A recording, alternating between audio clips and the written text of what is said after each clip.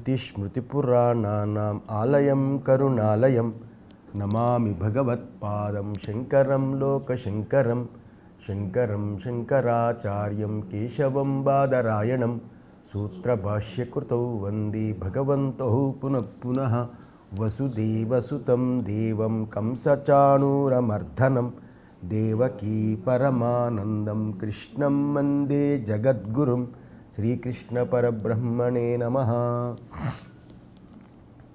సర్వకర్మపూర్వకాత్ ఆత్మజ్ఞాననిష్టామాత్రాత్ ఏవ కేవలాత్ కైవల్యం న ప్రాప్యతే ఏవ. సర్వకర్మ సన్యాసపూర్వకమైన కేవల ఆత్మజ్ఞాన నిష్ఠతో మాత్రమే ముక్తి ప్రాప్తి కలగదు.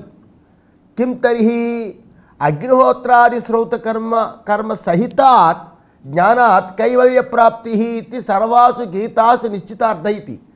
అయితే స్మార్తకర్మ అగ్నిహోత్రాది శ్రౌత స్మార్త అగ్నిహోత్రాది కర్మలతో కూడిన జ్ఞానముతో మాత్రమే కైవల్య ప్రాప్తి. ఇదే గీతలయందు అంతటా కూడా నిశ్చయించబడిన అర్థము అన్నాడు.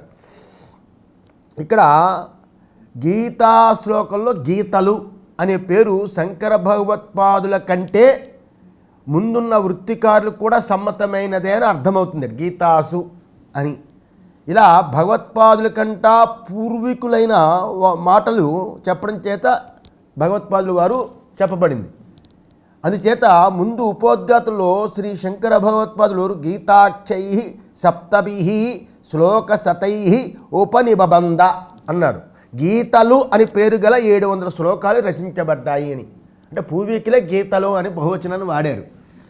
ఇక్కడ అగ్నిహోత్రాది కర్మలు శ్రౌతం, పంచమహాయజ్ఞాది కర్మలు స్మార్తం.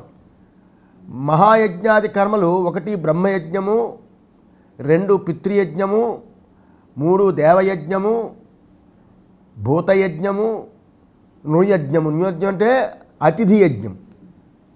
మనుస్మృతి 4:36. అంగసహిత శ్రౌత స్మార్తాది కర్మలతో కూడుకున్న జ్ఞానమ చేతనే కైవల్య ప్రాప్తి అని అర్థం. ఇలా జ్ఞానకర్మ సముచ్చయముతోనే ముక్తి అది సిద్ధిస్తుందని చెప్పిన వాడి వాదానికి బలంగా ఇంకా చెప్తున్నాడు. వాళ్ళు వృత్తికారుల మతం మాటది, అర్థమైందా? వాళ్ళు ఇంకా బలంగా చెప్తున్నాడు. ఏమని? జ్ఞాపకం చ ఆహు అస్య అర్థస్య అథ చేత్మిమం ధర్మ్యం సంగ్రామం న కరిష్యసి కర్మణ్యేవాధికారస్తే కురు కర్మైవ తస్మాత్వం ఇత్యాది జ్ఞానకర్మ సముచ్చయం అర్థాన్నే గీత చెప్తున్నది అంటున్నాడు వృత్తికారులు. ఎలాగా? ఈ ధర్మమైన సంగ్రామము చెయ్యకపోతే అతచేత్వమిమం ధర్మ్యం సంగ్రామం న కరిష్యసి. 2:23 రాపుతుంది. ఈ ధర్మమైన సంగ్రామము నువ్వు చెయ్యకపోతే అని వస్తుంది. మళ్ళా 47 శ్లోకంలో కర్మణ్యే వాధికారిస్తే నీవు కర్మల చేటి అందే అధికారం. మళ్ళా 4వ అధ్యాయం 15 శ్లోకంలో కురు కర్మైవ తస్మాత్వం, అందువల్ల నువ్వు కర్మనే చెయ్యు అని కర్మ గురించే ఉదాహరించాడు వృత్తికారుల మతం. ఇంకా చెప్తున్నారు వాళ్ళు ఏమని? హింసాదియుక్తత్వాత్ వైదికం కర్మ అధర్మాయ ఇతి ఇయం అపి ఆశంక నా కార్య. హింసాదులతో కూడుకొని ఉండడం వల్ల వైదిక కర్మ అధర్మకాడమవుతుందని శంకించని అవసరం లేదు అంటారు. అంటే హింసాదులతో కూడుకుని ఉంటుంది స్మార్త కర్మ, శ్రౌత కర్మ. ఏమిటి హింసాదులతో కూడుకుంది వైదిక కర్మకి? అది అధర్మ కారణం అవుతుందని శంకించిన అవసరం లేదు. ఎందుకన్నాడు? సాంఖ్యులు చెప్తాడు అది. ఏమని? దృష్టవదానుశ్రావిక సహి అవిశుద్ధి క్షయాతిశయ యుక్త అని. ఏంటి? దృష్టవత్ అంటే కనబడే దాని వలె అంటే అర్థం ఏంటి? దృష్టోపాయం వల్ల దుఃఖ నివారణం కలగదు. అనుశ్రావిక అంటే అనుశ్రావికమైన వైదికోపాయం అంటే యజ్ఞయాగాదులకి దృష్టోపాయమే. యజ్ఞయాగాదులకి ఎందుకంటే సాహి అది అవిశుద్ధి, అపవిత్రమైనవి వైదిక కార్యక్రమాలు.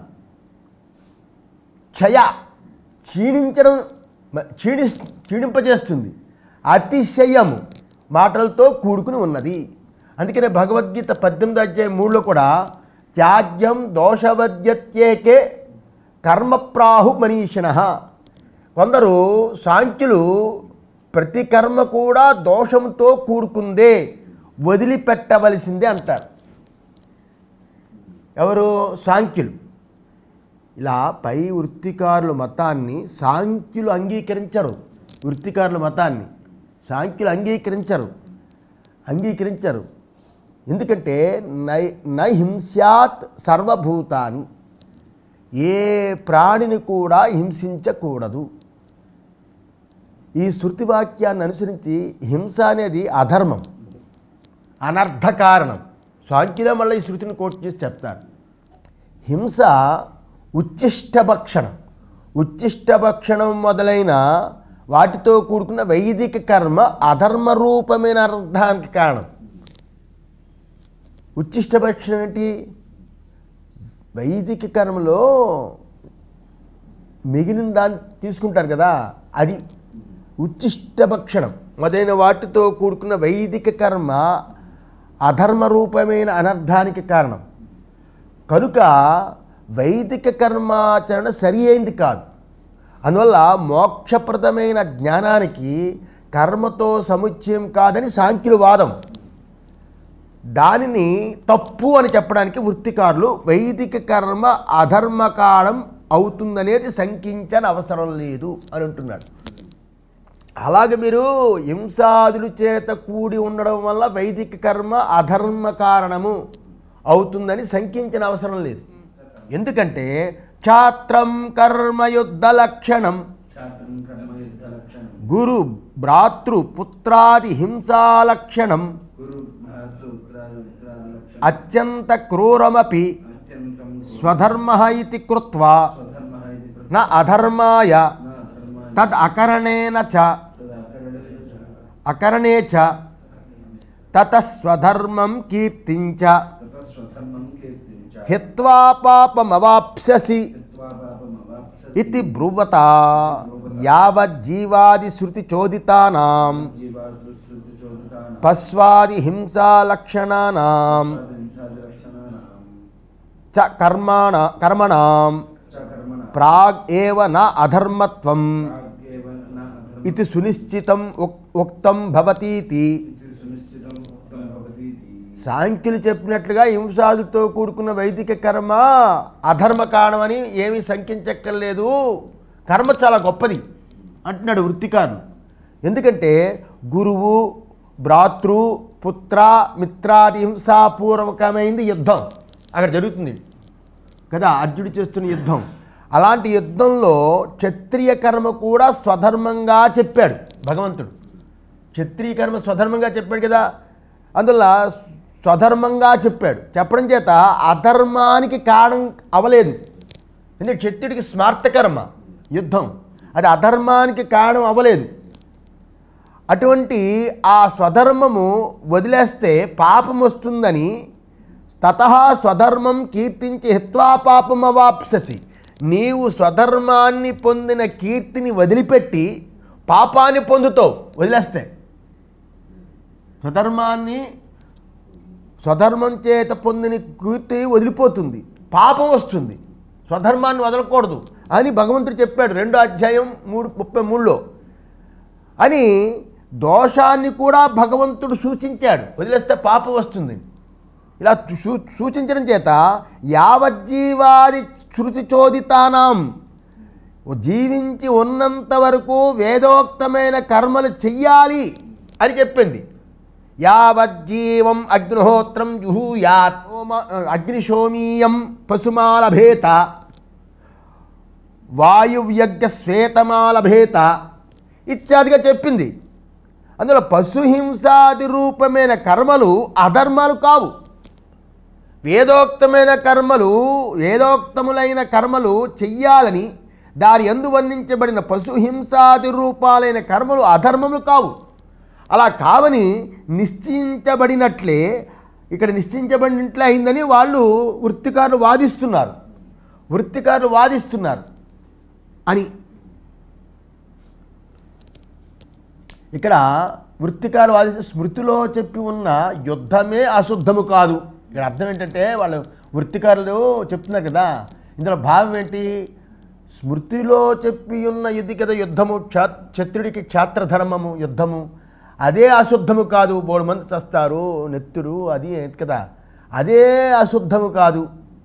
ఇది ఇలా ఉండగా శృతి చెప్పి ఉన్న యజ్ఞాదులు అశుద్ధం కాదు అని దాన్ని ఇంకా మళ్ళీ మేము చెప్పాల్సిందే ఉంది అని అర్థం. నేను ఇక్కడ చూడలేదు. ఉచ్చిష్ట భక్షణం అన్నాడు కదా, హింస మొదలైన వాటిలో మొదలైనవి అంటే ఉచ్చిష్ట భక్షణము మొదలైనవి. యజ్ఞాదుల యందు ఈ దోషం ఉండడం చేత ఇవి అశుద్ధమని సాంఖ్యాదులు చెప్తున్నారు. అది సాంఖ్యాదులు మొత్తానికి ఏంటి, ఇది అశుద్ధం కాదు. యజ్ఞాది కర్మలు అంత యుద్ధంలో చేస్తుందే అది అశుద్ధం కాదన్నప్పుడు ఇది ఎలాగవుతుంది అని అర్థమైందా? ఇది వృత్తికారుల మతం. ఈ వృత్తికారులు జ్ఞానకర్మ సముచ్చయంతోనే కైవల్యం అవుతుందని చెప్తున్నారు. కర్మ అంటే అగ్నిహోత్రము మొదలైన శ్రౌతస్మార్త కర్మలు. అటువంటి కర్మలు బ్రతికి ఉన్నంత వరకు చెయ్యవలసిందే అని శృతి ఆధారంతో వీళ్ళు మీమాంసుకుల వలె అంగీకరించి ఉన్నారు వృత్తికారులు. వీళ్ళు కూడా అద్వైతవాదులే, కానీ జ్ఞానకర్మ సముచ్చయంతో వస్తుందంటారు. మీమాంసుకుల వలె వీళ్ళు కూడా అలాగే చెప్తారు, బ్రతికున్నంత వరకు కర్మ చెయ్యాల్సింది. వాళ్ళకి సన్యాసాశ్రమం అనేది అంగీకరించరు. వాళ్ళు చెప్పింది ఏంటంటే సన్యాసాశ్రమము గృహస్థుడికి యోగ్యత లేని వారికి విహితమైందని. అంటే యోగ్యత లేని అంటే కుంటి, గుడ్డి, చెవుడు, పెళ్లి కాని వాళ్ళు, పెళ్ళం చచ్చిపోయిన వాడు, ఇలాంటి వాళ్ళకి యోగ్యమైందని వృత్తికారులు మీమాంసకుల వలె అభిప్రాయపడుతూ ఉంటారు. ఇతర ఆశ్రమాల వాళ్ళకి కూడా వాళ్ళ ఆశ్రమానికి విహితంగా ఉన్న కర్మలతో సముచ్చయమైన జ్ఞానంతో వాళ్ళ మోక్షానికి సాధనమని వాళ్ళు తెలుసుకున్నారు. అర్థమైందా? వాళ్ళు కూడా తెలుసుకున్నారు. ఎలా అయినా గృహస్థుడైన వాడు కర్మలు చెయ్యకపోతే అతనికి ప్రత్యవాయం కలుగుతుంది అంటారు. అందువల్ల కర్మలు విడవకూడదు. ముముక్షువులు కర్మలు ఈశ్వరార్పణ బుద్ధితో చేస్తే కర్మబంధం కాదు అని వాళ్ళ అభిప్రాయం. ఈశ్వరార్పణ బుద్ధితో కర్మలు చేయాలి, చేస్తూ సముచ్చయంతో ఉండాలి, జ్ఞాన సముచ్చయంతో అని వాళ్ళ అభిప్రాయం. ఇప్పుడు ఇళ్లలో కూడా చెప్తూ ఉంటారు అలాగా, ఎందుకురా బయటికి వెళ్ళిపోయి సన్యాసం అవి ఇవి ఎందుకు, హాయిగా నువ్వు పూజ జపం అలవాటు చేసుకో, అలా పుస్తకం చదువుకో అని అంటుంటారు ఇలాగా. అందువల్ల బ్రహ్మార్పణం బ్రహ్మభి అని 4వ అధ్యాయం 24వ శ్లోకం. ఆ శ్లోకానికి బ్రహ్మార్పణం బ్రహ్మభి అనే శ్లోకానికి వాళ్ళు చేసి ఉన్న వ్యాఖ్యానంతో అర్పణాదులు యందు బ్రహ్మబుద్ధిని చేయడమే జ్ఞానయజ్ఞం అని అంటారు. అర్పణాదులు యందు బ్రహ్మబుద్ధిని చెయ్యాలి, బ్రహ్మభావన చేయడమే జ్ఞానయజ్ఞం అని భావించారు.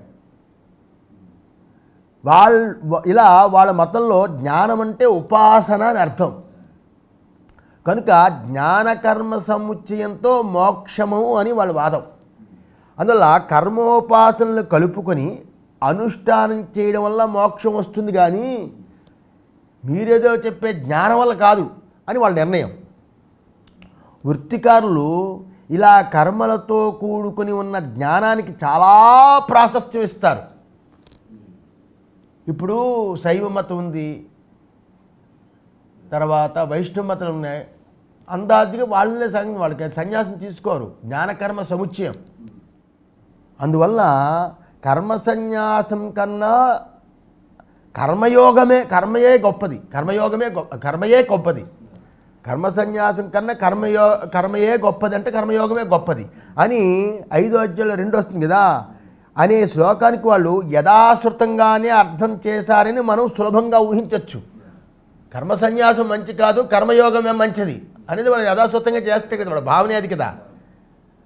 అటువంటిది 6వ అధ్యాయంలో ఆరురుక్షులైన వారికి కర్మ, ఆరూఢుడైన వారికి సమము. అంటే వాడు ఆరురుక్షు అంటే సాధనలో ఇంకా కింద స్థాయి ఉన్నవాడికి కర్మయోగం. వాడు ముముక్షు స్థానం కలిగిందనుకోండి, చిత్తశుద్ధి, వాడికి సమము అని సమం అంటే సన్యాసం.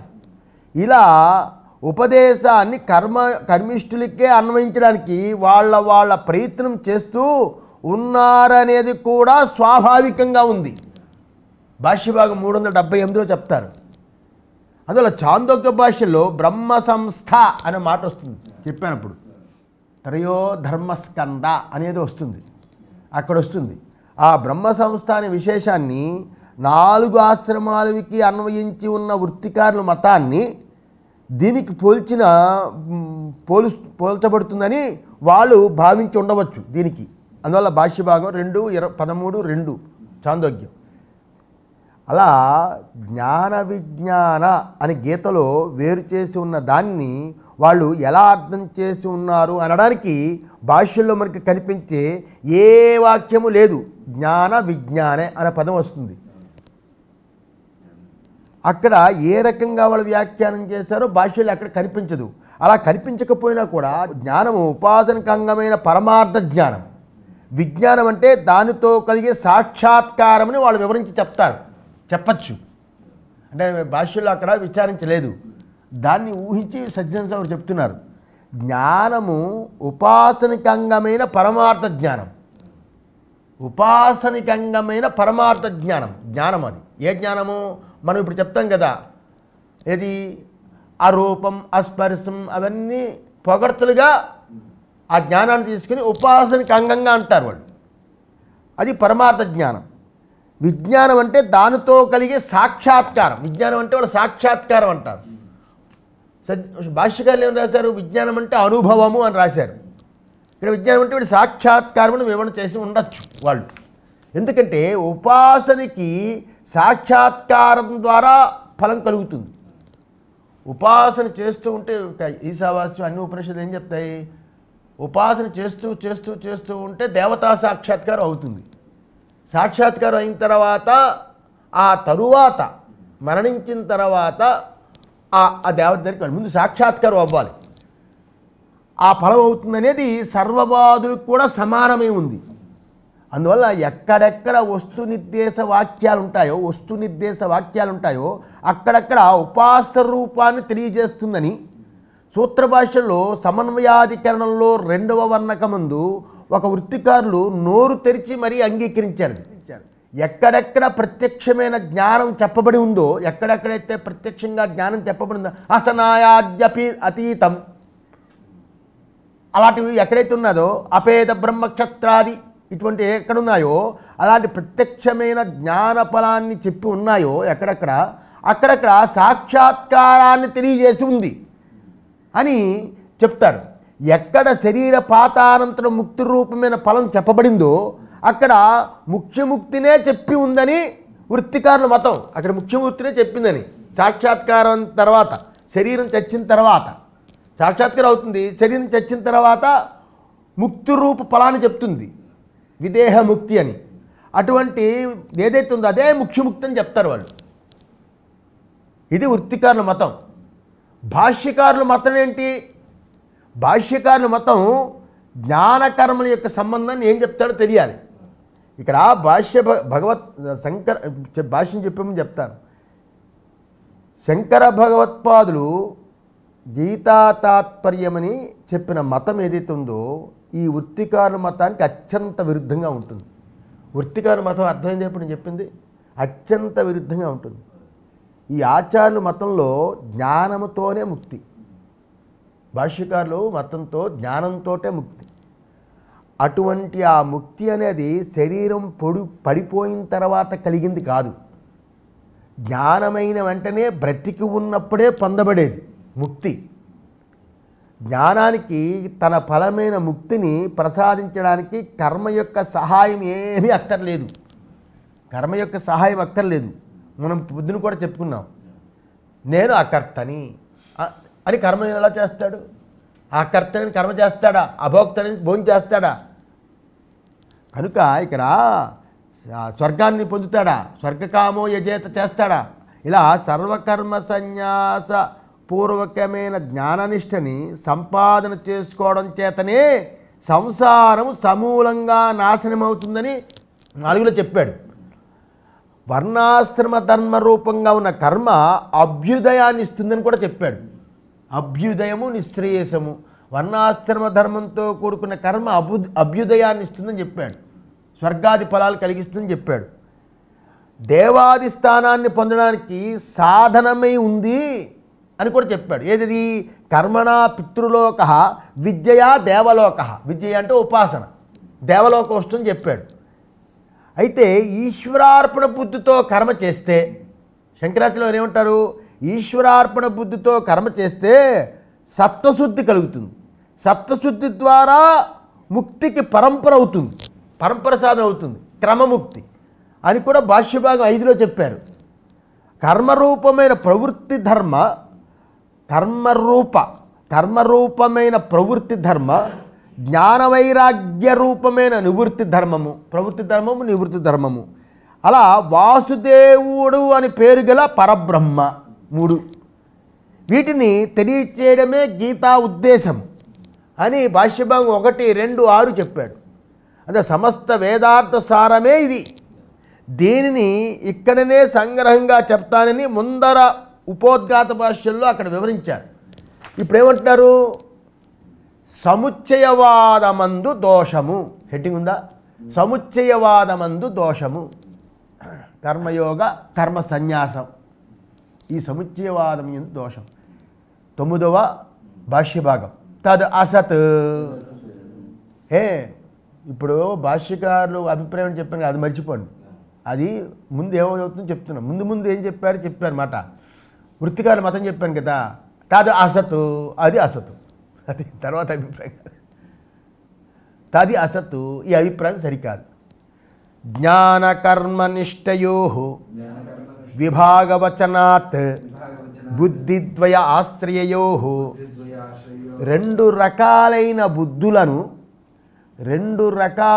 బుద్ధులను ఆశ్రయించి ఉన్న జ్ఞానకర్మ నిష్టలు వేరువేరుగా వర్ణించబడి ఉన్నాయి. 2 రకాలైన బుద్ధులు చెప్పాడు. ఆ 2 రకాలైన బుద్ధులు ఆశ్రయించున్న జ్ఞాన కర్మ నిష్టలు, ఒక బుద్ధి జ్ఞానము, ఒక కర్మ వేరువేరుగా వర్ణించబడ్డాయి. అశోచ్యాన్ ఇత్యాదినా భగవతా యావత్ స్వధర్మమపి చావేక్ష్య ఇతి ఏతత్ అంతేన గ్రంథేన యత్ పరమార్థాత్మతత్వ నిరూపణం కృతం తత్ సాంఖ్యం అశోచ్యాన్. అశోచ్యాన్ అంటే 2వ అధ్యాయం 11వ శ్లోకం ప్రారంభమవుతుంది. ఇక్కడ అశోచ్యాన్ అని మొదలుకొని స్వధర్మపి చావేక్ష అని శ్లోకం వరకు ఉన్న గ్రంథంతో ఏ పరమార్థమైన ఆత్మతత్వ నిరూపణము భగవంతుడితో చెప్పబడిందో అది సాంఖ్యం. అశోచ్యానన్వశోచస్త్వం మొదలుకొని మళ్ళా 31 స్వధర్మమపి చావేక్ష అనేంతవరకు ఏ పరమార్థమైన ఆత్మతత్వాన్ని నిరూపణం భగవంతుడి చేత చెప్పబడిందో 11వ శ్లోకం దగ్గర నుంచి 31 వరకు అది సాంఖ్యం. ఇది సాంఖ్య బుద్ధి. ఎందుకంటే సర్వకర్మ సన్యాసపూర్వకమైన జ్ఞాననిష్టతోనే మోక్షం కలుగుతుందని చెప్పారు ఆచార్యులు. అలా చెప్పే ఆచార్యులు కర్మను మళ్ళీ మళ్ళీ ఉపదేశం చేస్తున్న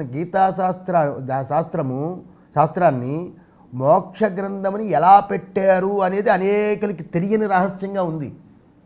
ఎందుకంటే వారే మళ్ళా కర్మని మళ్ళీ మళ్ళీ ఉపదేశం చేస్తూ ఉంటారు. భాష్యకారులు భగవద్గీత అది. అందులో భగవద్గీత భాష్యం అనేది బాగా ఆమూలాగ్రంగా వంట పట్టి ఉన్న గురువులతో తెలియకపోతే కన్ఫ్యూషన్గా ఉంటుంది. కర్మనే మళ్ళీ మళ్ళీ ఉపదేశం చేస్తూ ఉంటారు భాష్యకారులు. అలా ఉపదేశం చేస్తున్న గీతాశాస్త్రాన్ని మోక్ష గ్రంథమని ఎలా పెట్టారు ఈయన, ఇది మోక్ష గ్రంథం ఎలా పెట్టారనేది అనేకులకు తెలియని రహస్యమే ఉంది. అన్ని చోట్ల కర్మ గురించి వస్తూ ఉంటుంది భగవద్గీత 18వ అధ్యాయం చివరి వరకు. అయితే గీతాభాష్యము మననం చేసే వాళ్ళకి దీని యందు ఆశ్చర్యం కలగదు.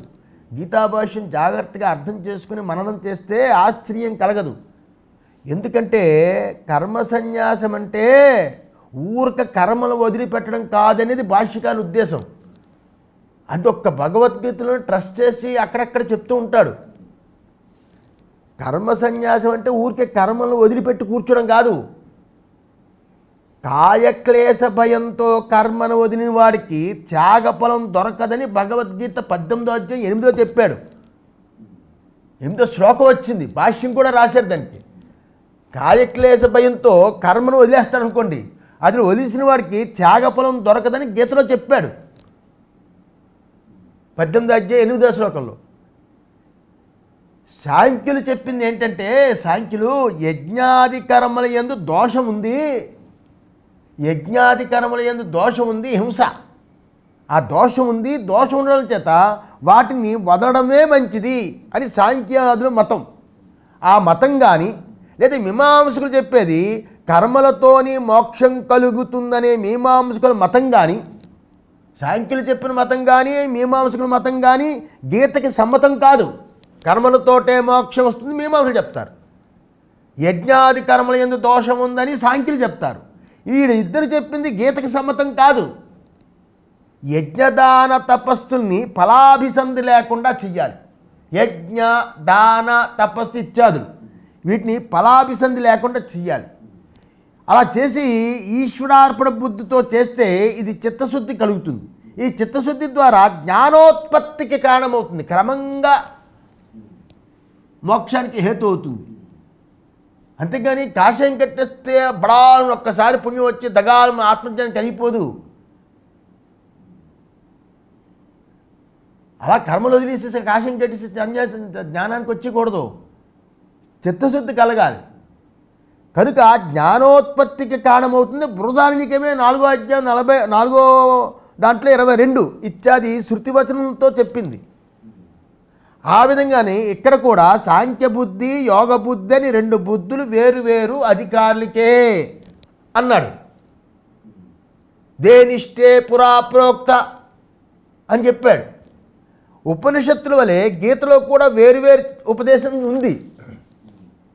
తద్విషయా ఏది సాంఖ్యబుద్ధిని చెప్పాడు కదా. ఇప్పుడు అశోచ్యానని 2:11 మొదలుకొని స్వధర్మపి చావేక్ష అని 31 శ్లోకం వరకు పరమార్థ ఆత్మతత్వ నిరూపణం భగవంతుడి చేత ఏదైతే చెప్పబడిందో అది సాంఖ్యం. సాంఖ్యం తద్విషయా బుద్ధి ఆత్మనో జన్మాది విక్రియాభావాత్ అకర్త ఆత్మా ఇతి ప్రకరణార్థ నిరూపణాత్ యా జాయతే సా సాంఖ్య బుద్ధి సా ఏషాం జ్ఞానినాం ఉచితా భవతి తే సాంఖ్యాః. సాంఖ్య విషయమైన బుద్ధి, సాంఖ్యము అంటే సాంఖ్య బుద్ధి చెప్పాడు కదా. సాంఖ్య విషయమైన బుద్ధి అంటే ఏంటి? సాంఖ్యం అంటే జ్ఞానం. సాంఖ్య విషయమైన బుద్ధి అంటే ఆత్మయందు జన్మాది వికారాలు లేకపోవడం చేత, జన్మాది వికారాలు పుట్టడం, ఉండడం, పెరగడం, మార్పు చెందడం, కృషించడం, మరణం, ఈ 6 వికారాలు వస్తు మాత్రానికి కలుగుతుంది అని యాస్కుడు చెప్పాడు. అయితే ఇక్కడ ఆత్మకి 6 వికారాలు లేవని ఇక్కడ లెక్క పెట్టకూడదు. 6 వికారాలు లేవని లెక్క పెట్టకూడదు. మధ్యలో ఉన్న వికారాలు కూడా లేదని చెప్తున్నది. ఏది? అసనాయాది పిపాసి, ఆకలి దప్పుకులు లేనిది. ఆ ఆసనాయాద్యతీతం, ఆకలి దప్పుకులు ఇవన్నీ ఉన్నాయి కదా. కావున షట్ అనే పాఠాన్ని ఇక్కడ మేము వదిలిపెట్టాం. అందుకనే అందులో షడ్ అని ఉంటుంది. షడ్ వికారాభావాత్, 6 అని లెక్క పెట్టకూడదు. మధ్యలో కూడా వికారాలు లేవు. అందువల్ల ఆత్మీయందు జన్మాది వికారాలు పోవడం చేత అకర్త ఆత్మా ఇది ప్రకరణార్థ నిరూపణాత్, అకర్త ఆత్మాని ప్రకరణార్థ వివేచనము చేత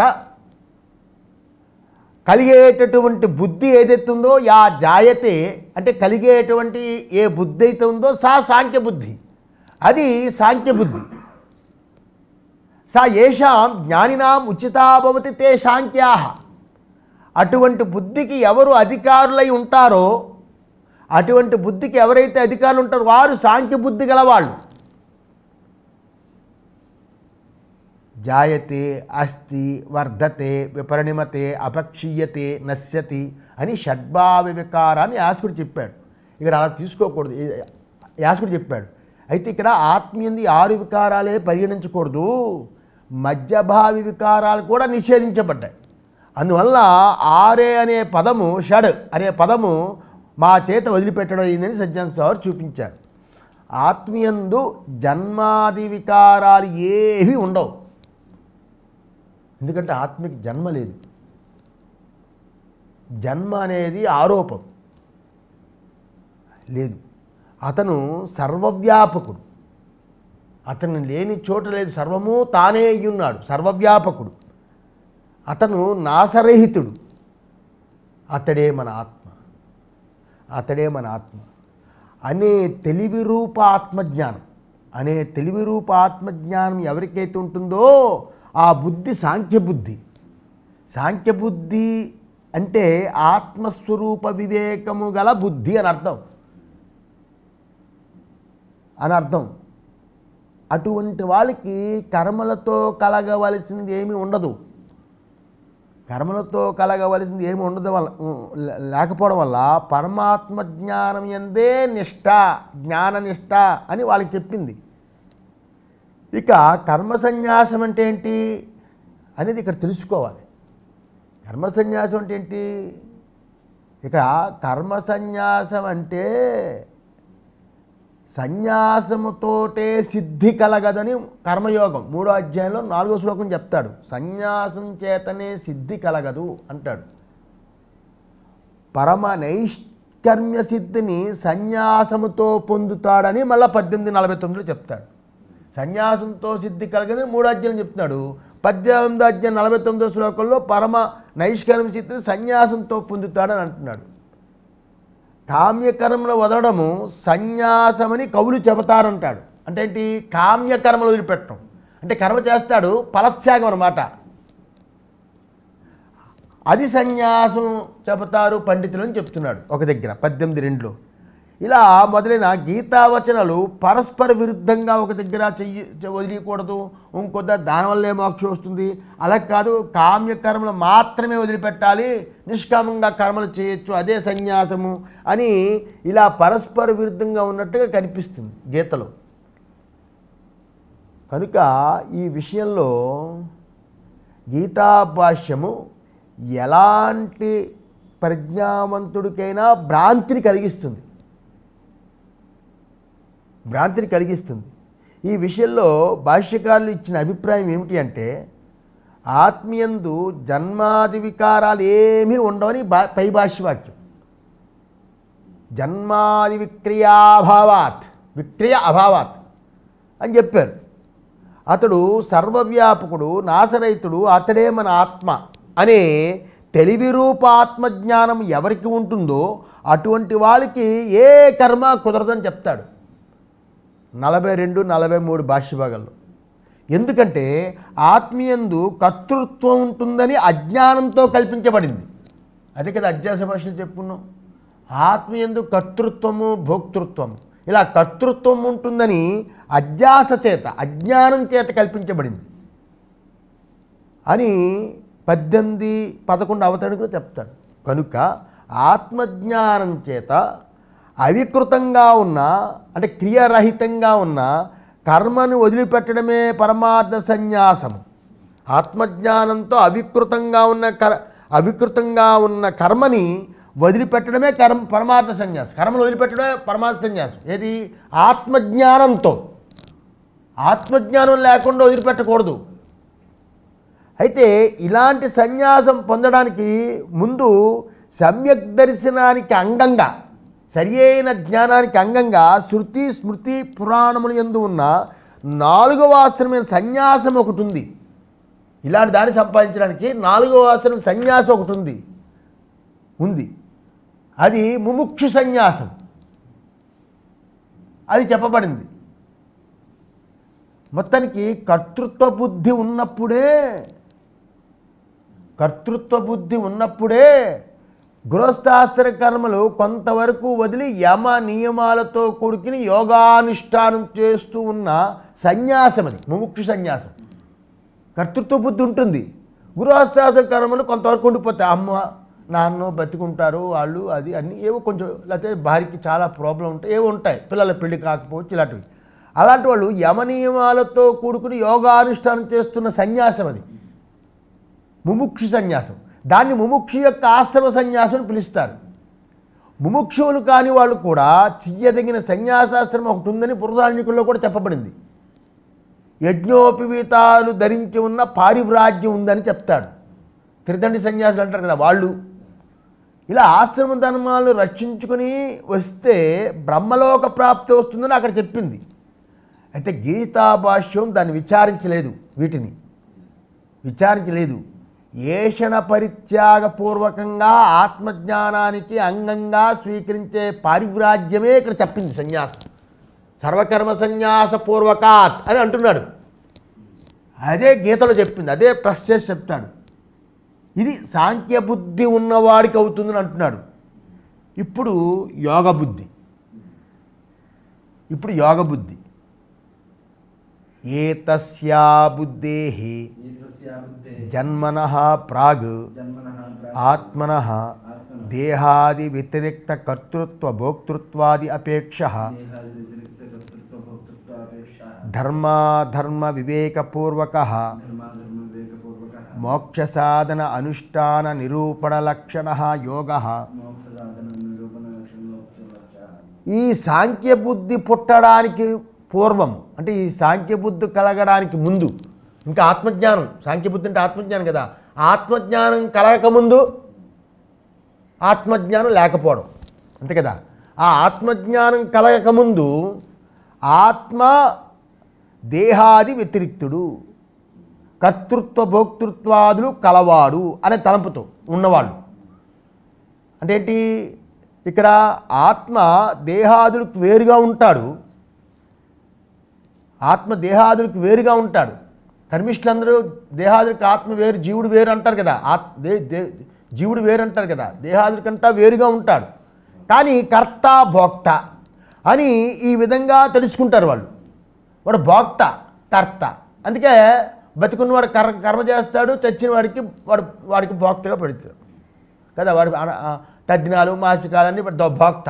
ఇలా ఆత్మ దేహాదులకి వేరుగా ఉన్నవాడు కర్త భోక్త జీవుడు కర్త భోక్త. ఈ విధంగా ఎవడైతే తెలుసుకుంటాడో అతడే కర్మలయందు ప్రవర్తిస్తాడు అనే తలంపుతో ధర్మాధర్మ వివేకపూర్వకంగా మోక్ష సాధనానుష్ఠానం యోగం.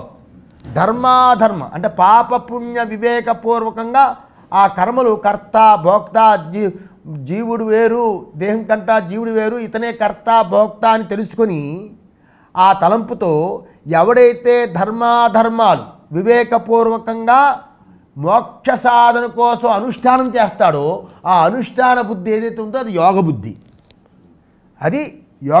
అనుష్ఠానమే యోగం ఇక్కడ. కనుక ఈ రకంగా చెప్పబడింది. తద్విషయా బుద్ధి యోగ బుద్ధి. దాని విషయకే మన బుద్ధి యోగ బుద్ధి అని అంటారు. సా ఏషాం కర్మిణాం ఉచితా భవతి తే యోగినః. అటువంటి బుద్ధికి అధికారులు అయిన వాళ్ళు యోగులు అంటే పతంజలి యోగులు కాదు. యోగులు అంటే కర్మిష్ఠులు అనే. ఇక్కడ యోగులు అంటే భాషలో కర్మిష్ఠులు, కర్మయోగులు. కర్మిష్ఠులు అన్నాం అనుకోండి, వాళ్ళు కామ్యకర్మలు స్వర్గాది ఫలాలు కోరుకున్నవాళ్ళు. వీళ్ళు కర్మిష్ఠులే, కానీ కర్మిష్ఠుల్లో ఉత్తములు కర్మయోగులు అంటే నిష్కామయోగులు, నిష్కామ కర్మ చేసేవాళ్ళు అని అర్థం. ఇలా ఇలా ఇలా యోగబుద్ధి అంటే ఈశ్వరారాధన కోసం కర్మను చేసే కర్మయోగం యొక్క మరియు దానితో లభ్యమైన ధ్యానయోగ దృష్టితో కూడుకున్న బుద్ధి. ఆ దృష్టి గల వాళ్ళకే మొదట కర్మ అవసరమని గీతలో బోధిస్తుంది. ఆ దృష్టి గల కర్మ ముందు అవసరం చెప్తుంది, కర్మయోగ బుద్ధి అవసరం చెప్తుంది. జ్ఞాననిష్టకు సర్వకర్మల్ని సన్యసించిన వాళ్ళే అధికారులు అది చెప్తుంది. సర్వకర్మల్ని సన్యసించిన వాళ్ళే అధికారులు అయినా కూడా అటువంటి ఆ నిష్టకి తగిన యోగ్యత కలగడానికి ముందు కర్మయోగాన్ని చెయ్యాలంటాడు. కర్మయోగాన్నే చెయ్యాలంటాడు. ఎందుకంటే కర్మయోగమే నైష్కర్మ్య రూపమైన జ్ఞానయోగానికి సాధనంగా ఉందంటాడు. కనుక కర్మ సన్యాసంతో కూడుకున్న జ్ఞాననిష్టయే, కర్మ సన్యాసంతో కూడుకున్న జ్ఞాననిష్టయే మోక్షానికి నేరుగా సాధనమైనా కూడా ఆ నిష్టకు తగిన యోగ్యతను ప్రసాదించడం ద్వారా కర్మయోగము మోక్షానికి పరంపర సాధన అవుతుందంటాడు. పరంపర సాధనగా కర్మ చెయ్యాలి తప్ప కర్మయోగంగా మోక్షం కోసం కర్మతో సహా జ్ఞానం అక్కర్లేదు అని అంటాడు. మోక్షం కోసం జ్ఞానం చాలు. జ్ఞానం కలగాలంటే చిత్తశుద్ధి కలగాలి. చిత్తశుద్ధి కలగాలంటే కర్మయోగం చెయ్యాలి. అందుకే ఈ గీతా భాషలో వివిధిషా సన్యాసం అంతర్ముఖమై యమనియమాదులతో ధ్యానయోగాన్ని అనుష్ఠానం చేసే అధికారం ఉందని కూడా అంటాడు. అలా లేని వాళ్ళకి ఆ యోగ్యత సిద్ధి కోసం కర్మయోగమునే ఇక్కడ గీతాశాస్త్రం ఎందుకు విధించింది అని చెప్తాడు. అందులో కర్మ సన్యాసము నిధిధ్యాసన ప్రాప్తించే వరకు కర్మయోగమే సాధనము. నిధిధ్యాసనం అంటే ధ్యానయోగంలో నిధిధ్యాసన. అందులో ఆత్మజ్ఞానం లేనివాడికి కర్మయోగమే సన్యాసము కన్నా ఉత్తమము అని 325వ భాషలో చెప్తాడు. ఆత్మజ్ఞానం లేని వారికి కర్మయోగమే సన్యాసం కన్నా ఉత్తమం. అటువంటి కర్మయోగాన్ని అనుష్ఠానం చేసేవాడు ఒక దృష్టితో సన్యాసి అవుతాడు. అది చాలా గొప్పది. కర్మయోగం చాలా కర్మలో ఉండి కర్మయోగం ఆచరించం వదిలిపెట్టేసి వెళ్ళిపో ఏ కర్మ చేయనంటే దానికంటే ఇది చాలా కష్టం కర్మయోగం. ఎందుకంటే అతడు కర్మఫల సంఘాన్ని త్యాగం చేశాడు అని గీత యందు కర్మయోగాన్ని పొగుడుతుంది. ఇది ఫలత్యాగ రూప సన్యాసం. దీనిలాగే కామ్యకర్మల్ని వదులు. ఆ వదలడం అనేది కామములు కోరికల యందు కొన్నిటిని విడిచిపెట్టడం కామ సన్యాసం అవుతుంది. కొన్నిటిని అంటే ఏమిటి? కామ్యకర్మలు వదిలిపెట్టాలి, నిత్యకర్మలు చెయ్యాలి. కామ్య నిషిద్ధ కర్మలు వదిలిపెట్టాలి, నిత్యకర్మలు చెయ్యాలి. అంటే కొన్ని అంటే అది కామ్య నిషిద్ధ కర్మలు. ఇలా ఈ రెండు గౌడవృత్తితో సన్యాసం అని చెప్పబడింది. అందుకే పైభాష్యము సాంఖ్యబుద్ధి పుట్టడానికి ముందు ఆత్మ దేహాది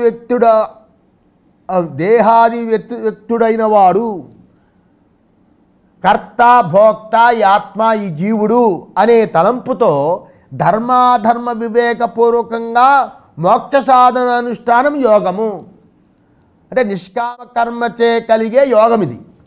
దాని విషయమైన బుద్ధి యోగ బుద్ధి. దానికి ఎవరు అధికారులో వాళ్ళు యోగులని చెప్పబడతారు. తథాచ భగవత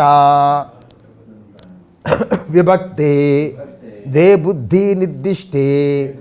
ఆ విధంగానే భగవంతుడి చేత రెండు బుద్ధులు వేరువేరుగా చెప్పబడ్డాయి. రెండు బుద్ధులు వేరువేరుగా చెప్పబడ్డాయి. ఒకటి ఏషా తే అవిహిత సాంఖ్యే బుద్ధిర్యోగే త్విమాం శృణు ఇది. ఇంతవరకు నీకు సాంఖ్యబుద్ధిని చెప్పాను అర్జున, ఇంతవరకు నీకు సాంఖ్యబుద్ధి గురించి చెప్పాను, ఇప్పుడు యోగ బుద్ధిని చెప్తాను విను అన్నాడు శ్రీకృష్ణ భగవానుడు.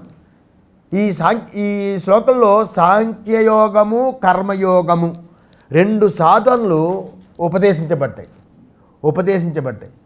ఇలా రెండో అధ్యాయం 39వ భాష్యంలో శ్రీ శంకరాచార్యులు సాంఖ్యబుద్ధి అంటే పరమార్థ వస్తు విషయ వివేక జ్ఞానము అంటాడు. కనుక అటువంటి జ్ఞానం అనేది సంసారానికి హేతువైన శోకమోహముల యొక్క నివృత్తికి కారణమవుతుంది. యోగబుద్ధి అంటే పైన చెప్పబడిన జ్ఞానం, అలాంటి పైన చెప్పబడిన ఆత్మ యథార్థ జ్ఞానం. ఆ జ్ఞానం పొందడానికి ఉపాయభూతంగా యోగబుద్ధి ఉంటుంది. అదే కర్మయోగం. అది నిస్సంగత్వంతో వస్తుంది. నిస్సంగత్వంతో ఈశ్వరారాధన కోసం చెయ్యబడే కర్మానుష్ఠానం. ఇక్కడ సన్యాసం అంటే జ్ఞానము అని అర్థం. ముఖ్యంగా తీసుకోవాలంటే సన్యాసం అంటే జ్ఞానము, కర్మయోగం అంటే జ్ఞానానికి ఉపాయంగా ఉన్న సమత్వ బుద్ధ్యాదులతో కూడుకున్న యోగం అని శ్రీకృష్ణుడి యొక్క అభిప్రాయం. అందులో సన్యాస కర్మయోగశ్చ అని 5వ అధ్యాయం 2 అనే చోట సన్యాసం అంటే జ్ఞానరహితమైన కేవల సన్యాసమని, కర్మయోగం అంటే కర్మానుష్ఠానం మాత్రమే గ్రహించాలి. అంటే సన్యాస కర్మయోగ, సన్యాసము కర్మ రెండిట్లో తీసుకుంటే కర్మయోగం గొప్పదని చెప్పాడు కదా. అంటే జ్ఞానరహితమైన సన్యాసం కంటే కర్మయోగం గొప్పదని. అరే కర్మయోగం ఏషాతే అభిత శాంఖ్యే అని 39 వస్తుంది. యోగో పృథక్ బాలాహ అని 5వ అధ్యాయం 4వ శ్లోకం వస్తుంది. ఇత్యాది స్థలంలో మాత్రం సాంఖ్యం అంటే జ్ఞానం, యోగం అంటే కర్మయోగం అని అర్థం. అర్థమైందా? ఇవన్నీ అర్థమయ్యా? ఇది విషయం. తయోః చ సాంఖ్యబుద్ధి ఆశ్రయాం జ్ఞానయోగేన నిష్ఠాం సాంఖ్యానాం